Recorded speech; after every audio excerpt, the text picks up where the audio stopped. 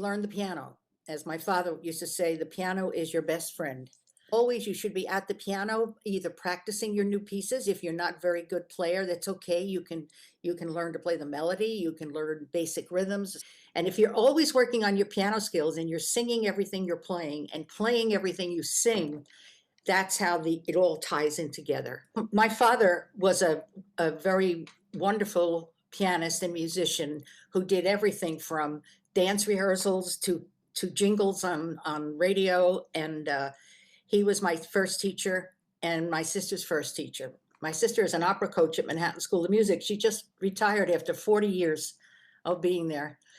And he was really strict about learning music, and with both of us. And then when I was about 13, my father brought in a teacher from Juilliard who was a protege from Israel. And he was taking the students of Levine, I think that was her last name, Madame Levine. And he came to our house on Tuesdays and he taught all three of us. First, my father took a lesson, then I took a lesson, my sister took a lesson, and then my mother made dinner. And that was our Tuesdays. And the piano teacher was absolutely amazing. Yehuda Gutman, his name was. And he was teaching Hebrew just to make a living because, it was very hard for him to get concerts and things.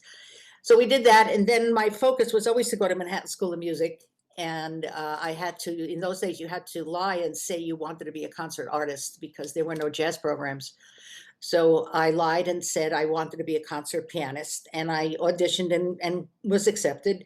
And so I went through Manhattan, but I was always doing gigs. I was doing jazz gigs with my dad when I was about 15. My father took me to a lot of studios. I was offered a contract to be a pop singer at Choral Records when I was about 14, 15. And turned it down because I didn't want to sing rock music. I wanted to sing jazz. And the man said to my father, "Do you know how much money she's turning down?" And my father said, "I'm not going to tell my daughter what to sing."